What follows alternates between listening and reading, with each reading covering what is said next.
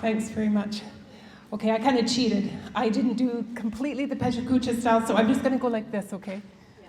All right. You don't have to turn that far, because then you'll... Okay. Oh, yeah, right. Okay. So, Chep Good Food. I have a slide here that food is a basic human right. The right to food is a fundamental human right. It's enshrined in a range of international legal documents, including the Universal Declaration of Human Rights, which was adopted by the UN General Assembly in 1948. That's a long time ago. Canada has a legal obligation to respect, protect, and fulfill the right to food. But there's some contradictions here.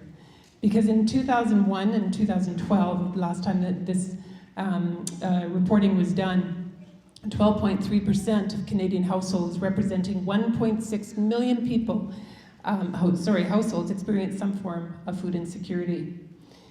In the Saskatoon Health Region, we know that 19.5% of households in the lowest income quintile experience food insecurity. The neighborhoods of Riversdale and Pleasant Hill would be captured in these statistics. So Chep Good Food believes that food is a basic human right. We believe that good, healthy food is needed for individual and community well-being. Okay. So this is a couple of our staffers. Chep works really hard to establish relationships in our community with the families and the individuals living in the core neighborhoods, with local farmers and gardeners, with community organizations, businesses, and different levels of government.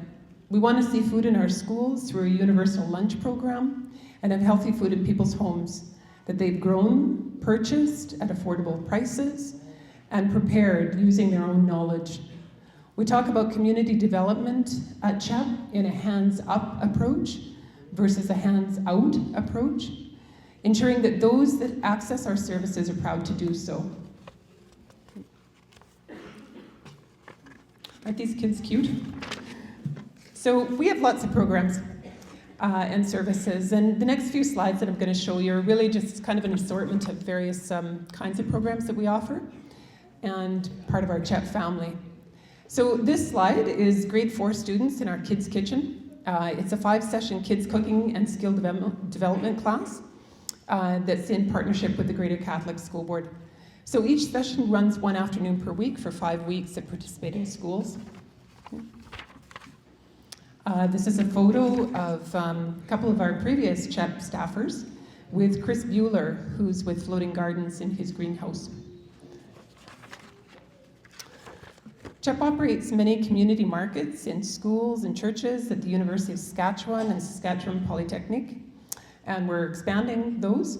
And we sell fresh fruits and vegetables at reasonable prices to citizens in Saskatoon. So this is one example of that market.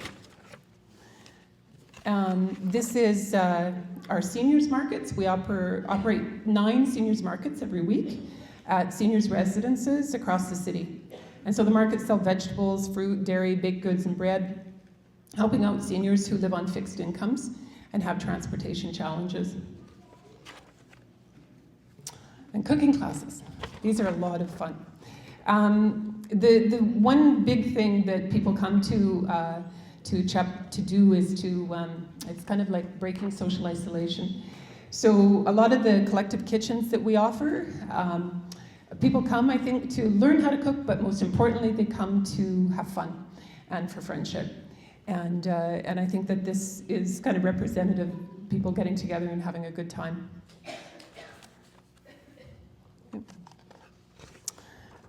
We've offered cooking classes at Station 20 West with chefs who operate the Boxcar Cafe in the building and would invite any of the chefs down the street to come to the CHEP Cafe and do the same. So CHEP tries really hard to be informed and present, if appropriate, to many of the community events that occur in the core area. This photo was taken near Comfy, which is the Central Urban Métis Federation Incorporated, during their Community Day celebration. At the event, diabetes information was made available, and CHEP wanted to ensure that fresh fruit and vegetables were on hand So we also made sure to have a booth at the Popular Parking Day event as well. And lots of emphasis on incorporating children into our program. So this is a community garden, and our community garden coordinator supports about 40 plus gardens in the city. And you might have seen this truck around. It got into an accident actually in November, but we've replaced it. But it's so pretty. So I wanted to show this one. We haven't got the new one painted yet. So this delivery truck delivers the goods to make approximately 250,000 lunches in schools every year in Saskatoon. The school lunch program is important in keeping children fed so that learning can occur. And this was a Cookums gathering that was held at Station 20 West that we organized. And it was an opportunity for Aboriginal women to come together and share their thoughts, pick up some fresh veggies, and visit with one another. This is a good food box, which some of you might be already purchasing, I hope so. It's an alternative food distribution system that provides top quality, fresh, nutritious foods at affordable prices. And the boxes are delivered all over the city at different depots, but they're assembled right at Station 20 West every 2 weeks. And our backyard matching program is kind of cool because if anyone has a backyard that could be a place where you could grow food, we want to know that. And if you're not using it, we have volunteers and people that want to grow their own food. So call our office and let us know.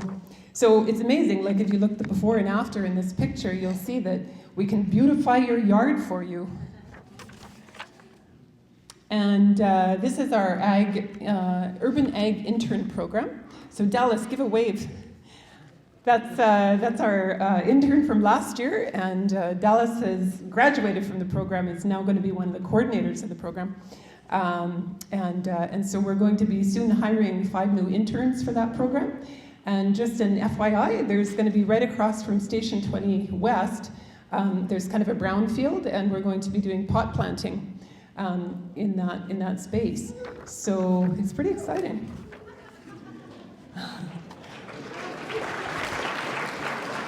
We're actually looking if anybody wants to buy some of that produce here. See, Dallas, I'm making a pitch for you. If anybody wants to buy that produce, contact Dallas. Okay, so more photos of community gardens, all the happy people. This was kind of a cool event. It's a garden that was located in Meadow Green and was funded by Fisker's Project Orange Thumb. In collaboration with the City of Saskatoon, CHEP, Canadian Tire, and the Saskatoon Open Door Society. So in the pouring rain, 150 people came out to create boxes to grow vegetables, fruits, flowers, and a variety of shrubs and trees. Pretty impressive, very enthusiastic, I would say too. So this is our physical home. This is where CHEP lives. And Station 20 West was built out of the passion and determination of a number of community residents.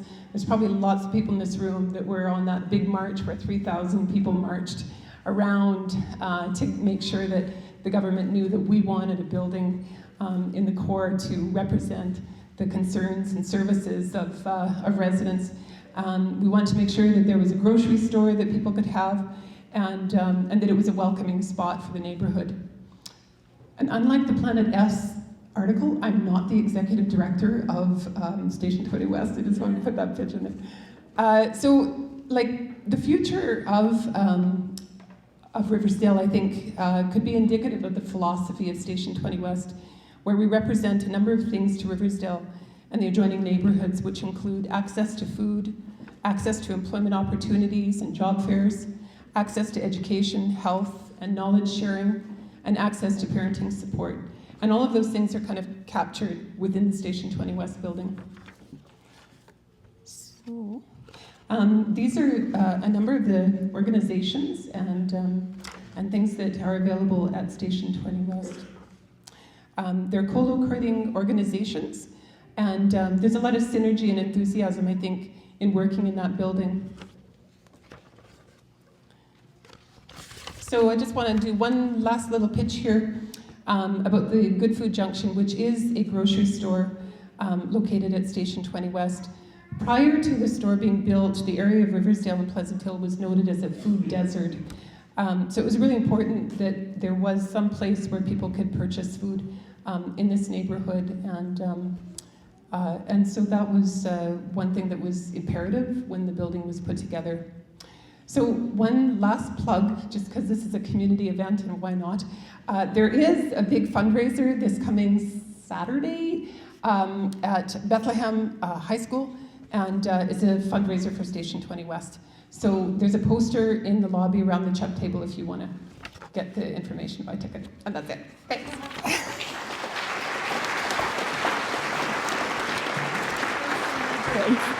Okay.